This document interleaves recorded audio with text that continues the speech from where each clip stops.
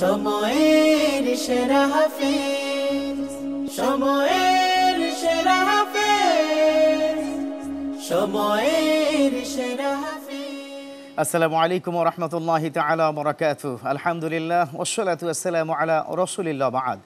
ফাউযু বিল্লাহি মিনাশ শাইতানির রাজীম। বিসমিল্লাহির রহমানির রহিম। শাহরু রমাদানিল্লাযী উনজিলা ফীহিল কুরআন। সাদাকাল্লাহুল আযীম। সুপ্রিয় দর্শক, টানা পঞ্চমবারের মতো বালক বালিকাদের সমন্বয়ে জাতীয় হিফজুল কোরআন প্রতিযোগিতা আল আরাফা ইসলামী ব্যাংক পিএলসি প্রেজেন্টস সময়ের সেরা হাফেজ 2025 এই অনুষ্ঠানে। আপনারা জানেন, এই সুন্দর আয়োজনে আমাদের সাথে পাওয়ার্ড বাই হিসাবে রয়েছে VSL Bikrampur still limited, co sponsor হিসেবে রয়েছে মোল্লা সুপার সল্ট এবং এই চমৎকার আয়োজনে অ্যাওয়ার্ড স্পন্সর হিসেবে রয়েছে বিকন ফার্মাসিউটিক্যালস লিমিটেড। আমাদের সাথে বিচারক প্যানেলে যারা রয়েছেন, চলুন না তাদের সাথে আমরা একবার একটু আপনাদের পরিচয় করিয়ে দিই। প্রথমে যিনি রয়েছেন বাংলাদেশের স্বনামধন্য প্রখ্যাত একজন ব্যক্তিত্ব এবং আন্তর্জাতিক একজন হাফিজ মাওলানা শিবলি নোমান, সাবেক ইমাম কাতার ধর্ম মন্ত্রণালয়, ইমাম ও খতিব ওমান। তারপরেই যিনি রয়েছেন তিনি শাইখুল কুররা মুফতি ইউসুফ সাকিম আল আজহারি, রয়েছেন কারি আবদুল্লাহ আল মামুন, ইমাম বাইতুল মামুর জামে মসজিদ সেক্টর 14 উত্তরা ঢাকা। অতিথি প্যানেলে 3 জন অতিথি রয়েছে, চলুন তাদের সাথে আপনাদের একটু পরিচয় করে দিই। প্রথমে যিনি অতিথি প্যানেলে রয়েছেন হাফেজ মাওলানা আহমদুল্লাহ চাঁদপুরি, খতিব বাইতুল্লাহ ওয়াজিউল্লাহ শাহী জামে মসজিদ লক্ষ্মীপুর, মাওলানা তুফাজ্জুল হোসাইন চেয়ারম্যান মাদ্রাসাতুল হিকমা দিনাজপুর, এবং সবশেষে যিনি রয়েছেন মোহাম্মদ তানভীর রানা, প্রতিষ্ঠাতা ও পরিচালক মেহেন্দিগঞ্জ সমাজ কল্যাণ ফাউন্ডেশন। আপনাদের 3 জনকে স্বাগত জানাচ্ছি আজকের এই পর্বে। নিশ্চয়ই আমাদের যারা পার্টিসিপেন্ট থাকবেন, যারা সুন্দর করে তেলাওয়াত করবেন, তাদের তেলাওয়াতে আপনারা মুগ্ধ হবেন ইনশাআল্লাহ। আজকের এই আয়োজনে ইমাম আহমদ হাম্বল রহমাহুল্লাহ এই গ্রুপের প্রথম বন্ধুকে ডেকে নিতে চাই।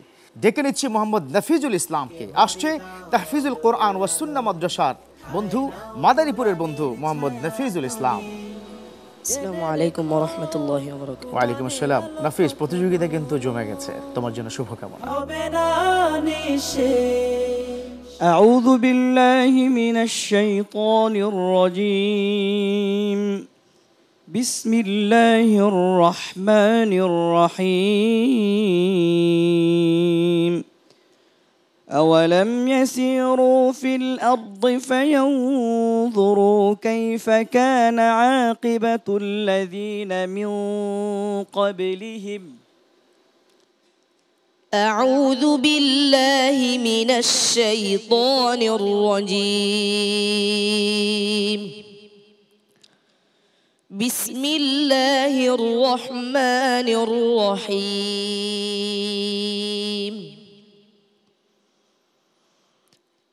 أولم يسيروا في الأرض فينظروا كيف كان عاقبة الذين من قبلهم كانوا أشد منهم قوة وأثاروا الأرض وعمروها أكثر مما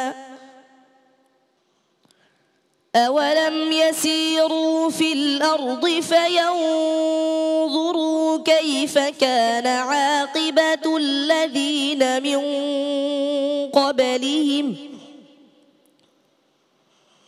كانوا أشد منهم قوة وأثاروا الأرض وعمروها أكثر مما عمروها وجاءتهم رسلهم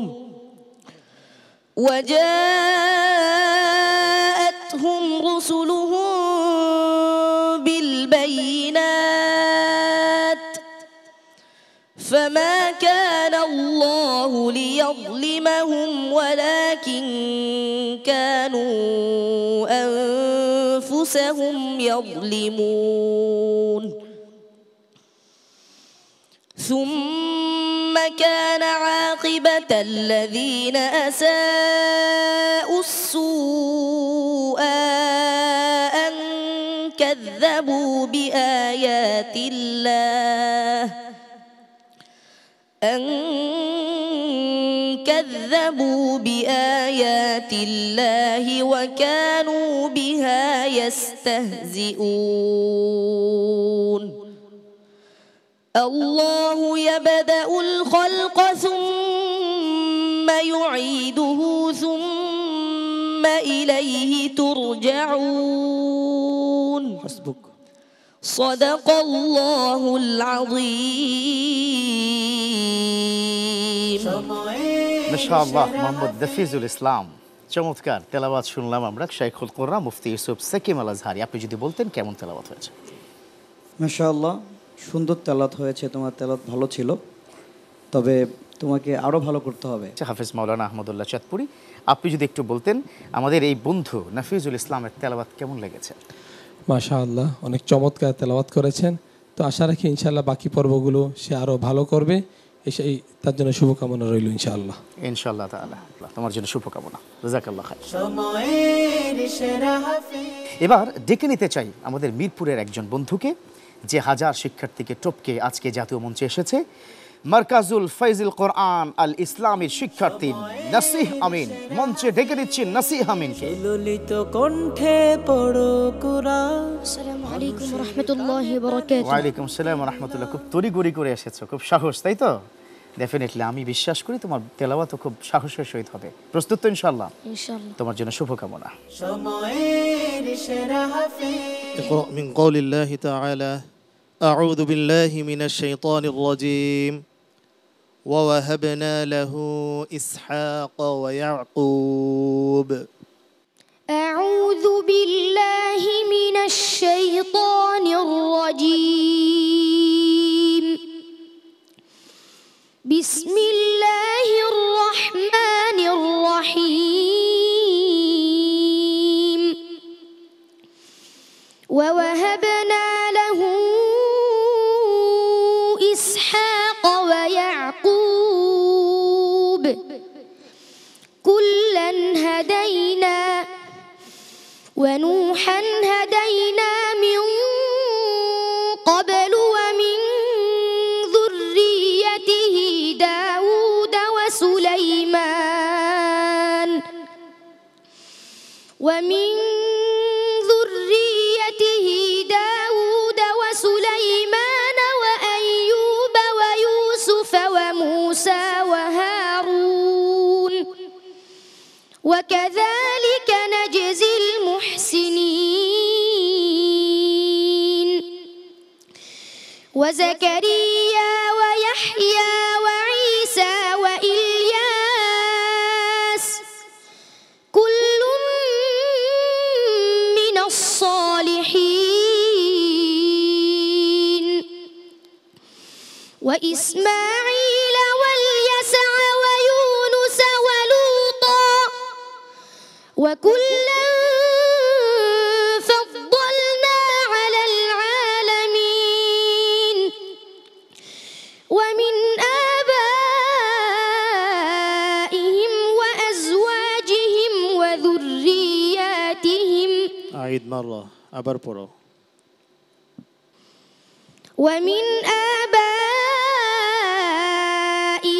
وذرياتهم وإخوانهم واجتبيناهم وهديناهم إلى صراط مستقيم حسبك صدق الله العظيم নাসিহ আমিন, মাশাআল্লাহ, চমৎকার তেলাওয়াত। যিনি প্রশ্ন করেছেন, যিনি দীর্ঘদিন ধরে আন্তর্জাতিক পরিমণ্ডলে বিচারক হিসেবে ছিলেন, তিনি যদি একটু বলতেন প্লিজ।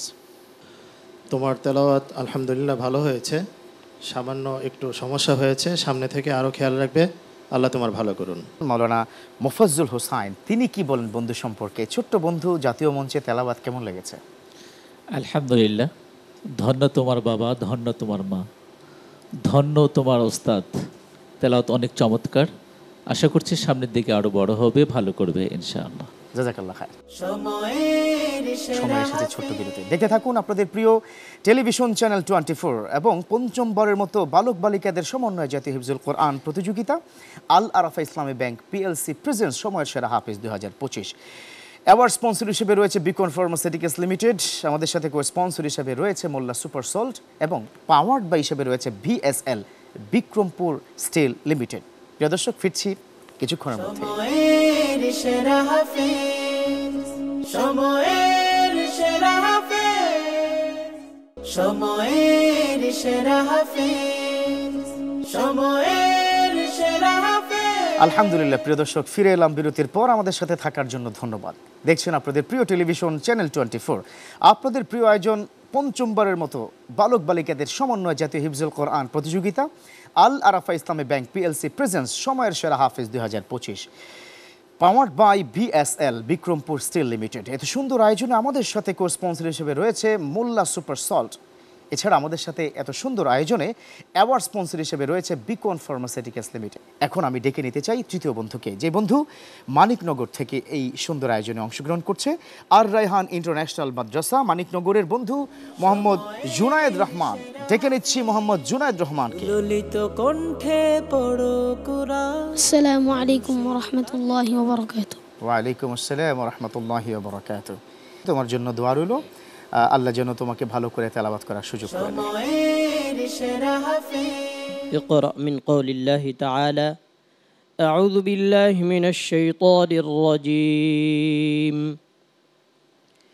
إن يوحى إلي إلا أنما أنا نذير مبين أعوذ بالله من الشيطان الرجيم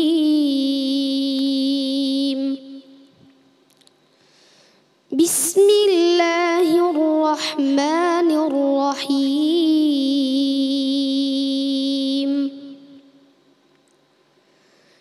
إن يوحى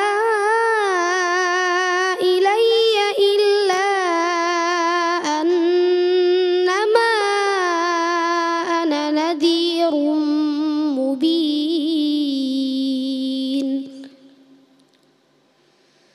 إذ قال ربك للملائكة إني خالق بشرا من طين فإذا سويته ونفخت فيه من روحي فقعوا له ساجدين فسجد الملائكة كلهم أجمعون إلا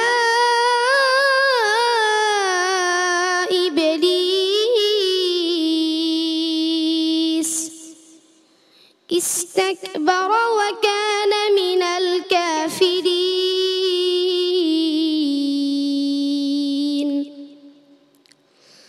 قال يا إبليس ما منعك أن تسجد لما خلقت بيدي أستكبرت أم كنت من العالين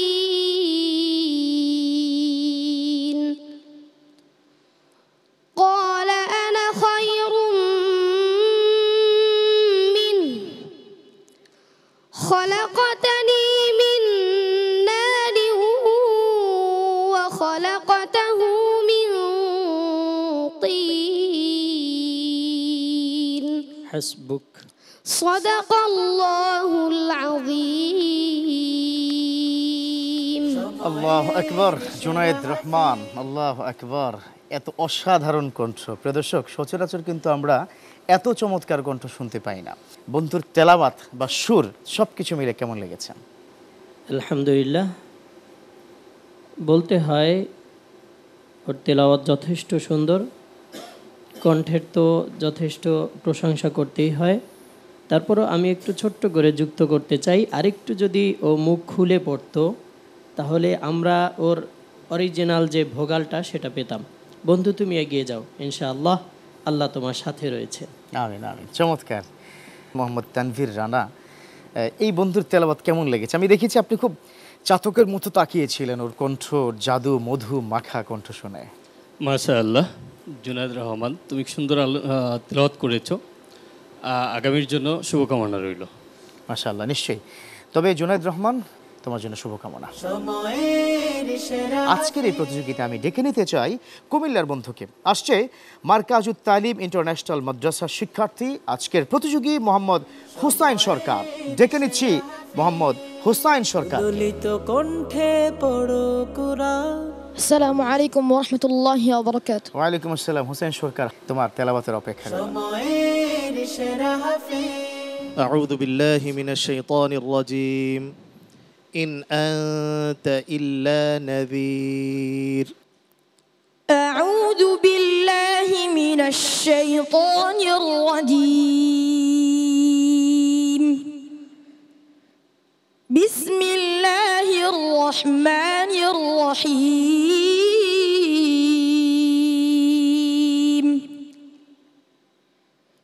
ইন আনতা ইল্লা নাযীর।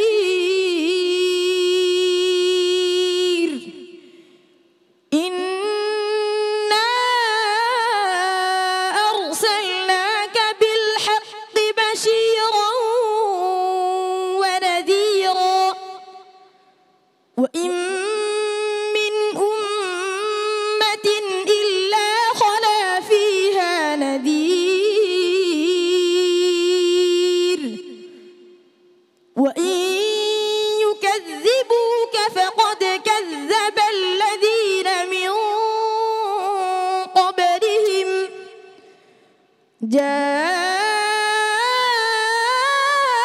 جاءتهم رسلهم بالبينات وبالزبر وبالكتاب المنير.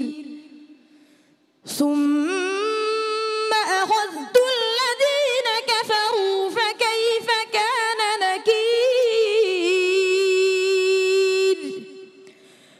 ألم تر أن الله أنزل من السماء ماء فأخرجنا به ثمرات مختلفا ألوانها ومن الجبال جدد بيض وحمر مختلف ألوانها وغرابيب سود. حسبك، صدق الله العظيم. صدق الله العظيم. আল্লাহু আকবার কবীরা। কোথা থেকে শব্দটা আসলো আমি বুঝতে পারলাম না। এরকম একটা লিনেন থিন বডি থেকে এত দারাজ কণ্ঠে এত অসাধারণ তেলাওয়াত। আচ্ছা, যিনি প্রশ্ন করেছেন আপনার কাছ থেকে জানতে চাইব, এই বয়সে এত দারাজ কণ্ঠ কি আসলে আপনার ছিল কিনা, বা সাহস ছিল কিনা?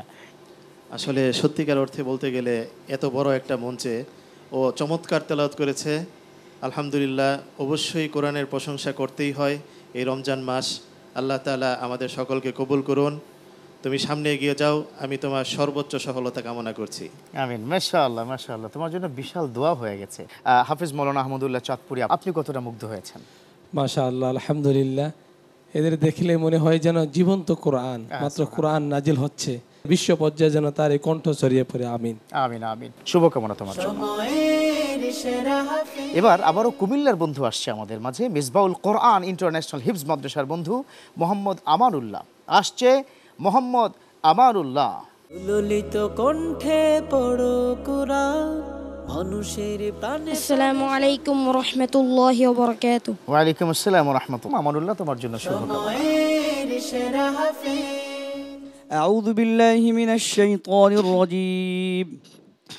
أولئك الذين خسروا أنفسهم وضل عنهم ما كانوا يفترون. أعوذ بالله من الشيطان الرجيم. بسم الله الرحمن الرحيم.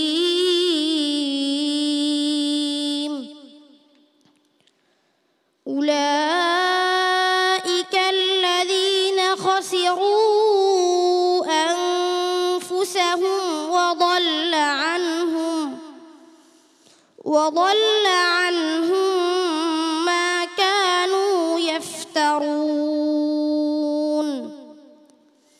لا جرم أنهم في الآخرة هم الأخسرون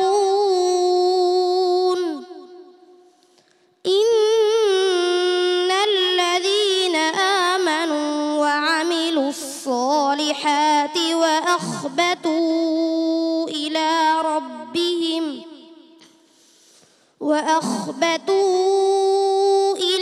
ربهم أولئك أصحاب الجنة هم فيها خالدون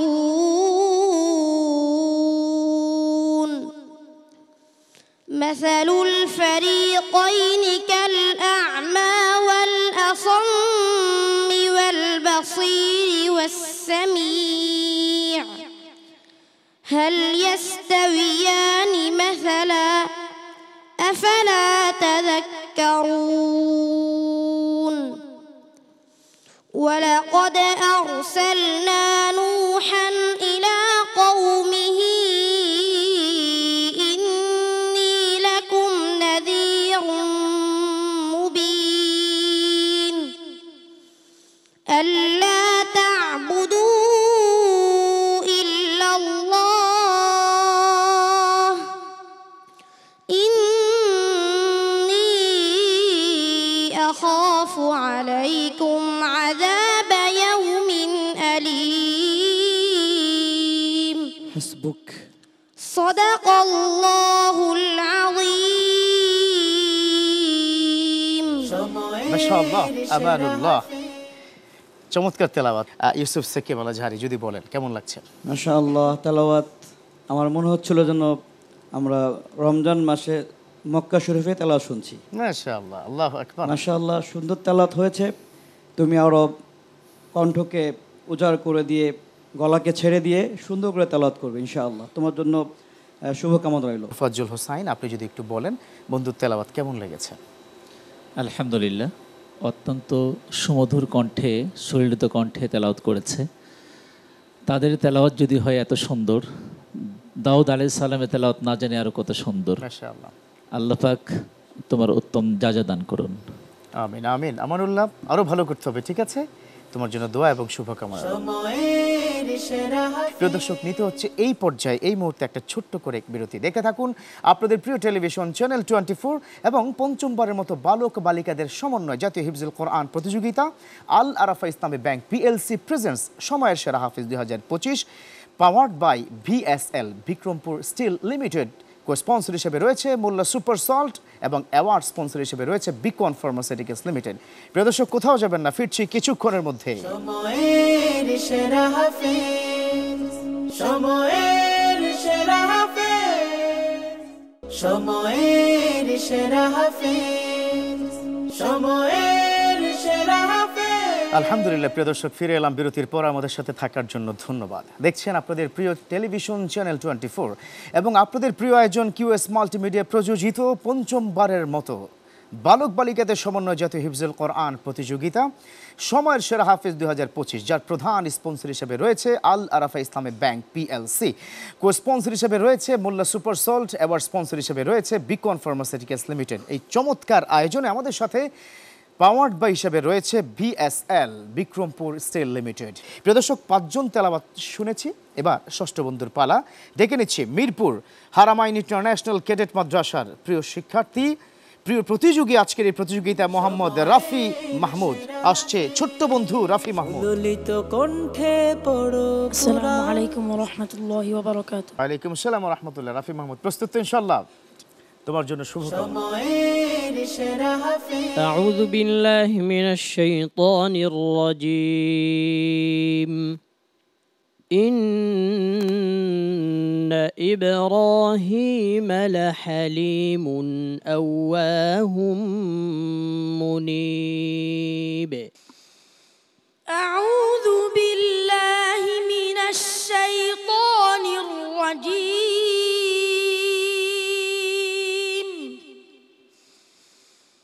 بسم الله الرحمن الرحيم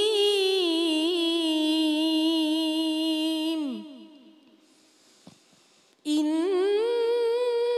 إبراهيم لحليم أواه منيب يا إبراهيم أعرض عن هذا إنه قد جاء أمر ربك وإنهم آتيهم عذاب غير مردود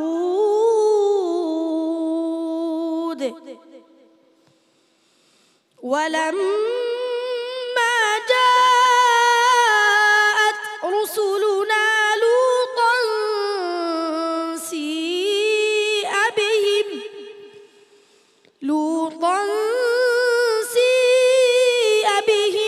وضاق بهم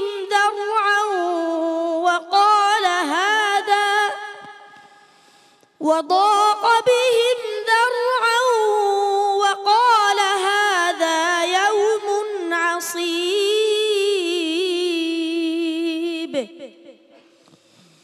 وجاءه قومه يهرعون إليه ومن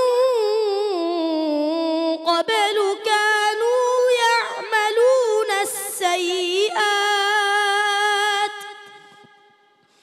قال يا قوم هؤلاء بناتي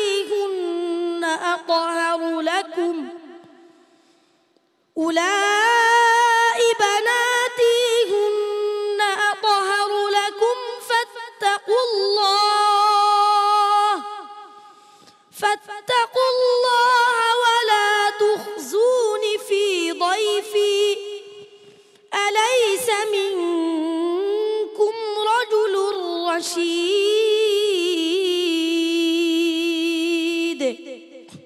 حسبك صدق الله العظيم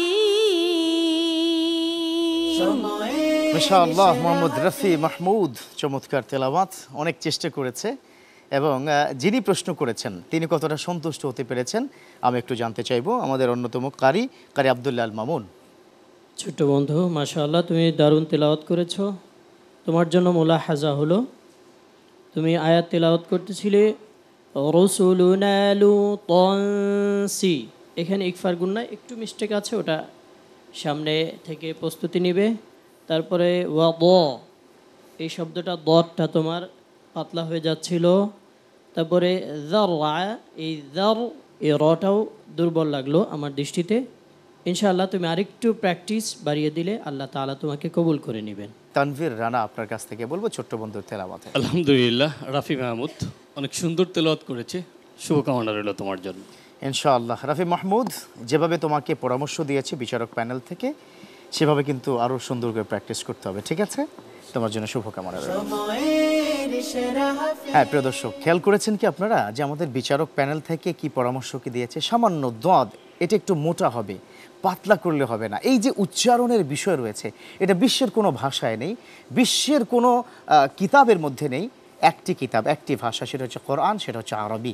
আল্লাহু আকবার, তার উচ্চারণটা যেন অসাধারণ হয় সেজন্যই তো এই বিচারক এই সুন্দর আয়োজন কিউএস মাল্টিমিডিয়া করেছে। প্রিয় দর্শক, এবারে আজকের এই প্রতিযোগিতার সর্বশেষ বন্ধুকে ডেকে নিতে চাই। ডেকে নিচ্ছি শেখ আব্দুর রহমানকে। আসছে ফরিদপুরের বন্ধু মারকাজুন নূর হিফজ মাদ্রাসার শিক্ষার্থী শেখ আব্দুর রহমান। আসসালামু আলাইকুম ওয়া রাহমাতুল্লাহি ওয়া বারাকাতুহু। ওয়া আলাইকুম আসসালাম। আব্দুর রহমান প্রস্তুত তো ইনশাআল্লাহ? ইনশাআল্লাহ। তোমার জন্য দোয়া রইল। اقرأ من قول الله تعالى أعوذ بالله من الشيطان الرجيم وإن لكم في الأنعام لعبرة. أعوذ بالله من الشيطان الرجيم. بسم الله الرحمن الرحيم.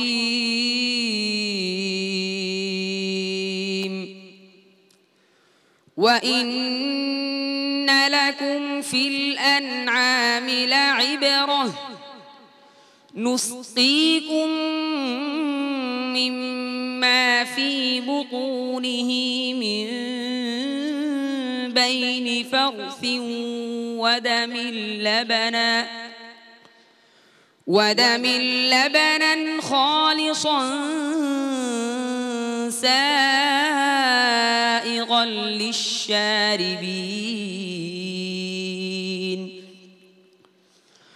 ومن ثمرات النخيل والأعناب تتخذون منه سكرا ورزقا حسنا إن في ذلك لآية لقوم يعقلون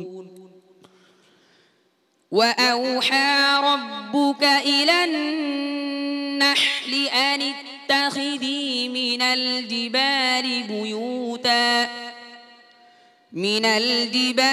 بيوتا ومن الشجر ومما يعرشون ثم كلي من كل الثمرات فاسلكي سبل ربك ذللا يخرج من بطونها شراب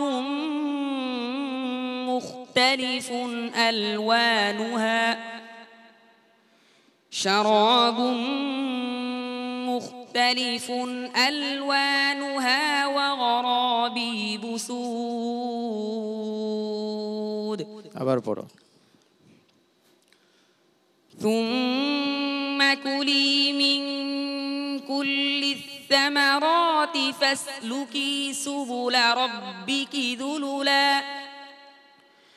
يخرج من بطونها شراب مختلف ألوانه فيه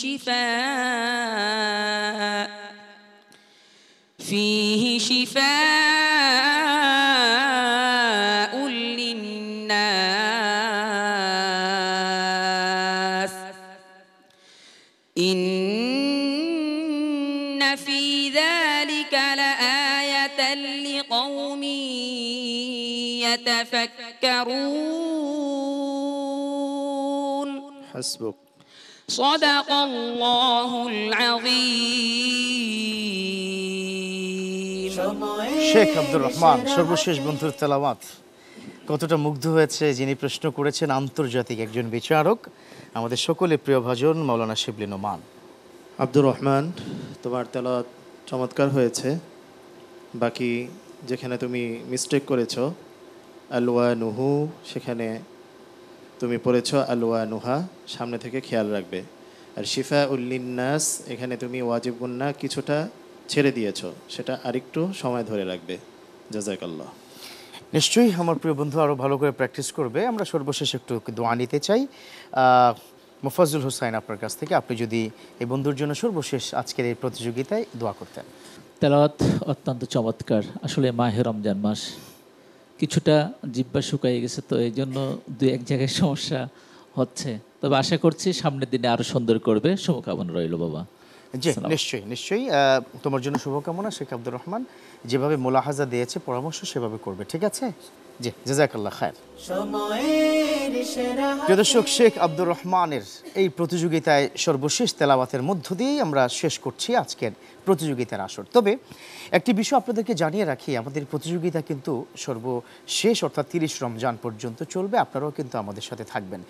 আমাদের এই বন্ধুদের ফলাফল ইতিমধ্যে প্রস্তুত হচ্ছে, তবে এই ফলাফল এই পর্বে নয়। আপনারা নিশ্চয়ই জানেন যে আমরা ফলাফলের একটি আলাদা করে রাউন্ড করেছি, যে পুরো প্রত্যেকটি পর্ব মিলে আমরা একটি ফলাফল ঘোষণা করব। প্রিয় দর্শক, কোরআনের সাথে থাকবেন সেই প্রত্যাশা নিশ্চয়ই আপনাদের কাছে রইল, কারণ আপনার সন্তান কাল কিয়ামতের ময়দানে যাতে করে নাজাতের একটা বড় সুযোগ তৈরি হয়।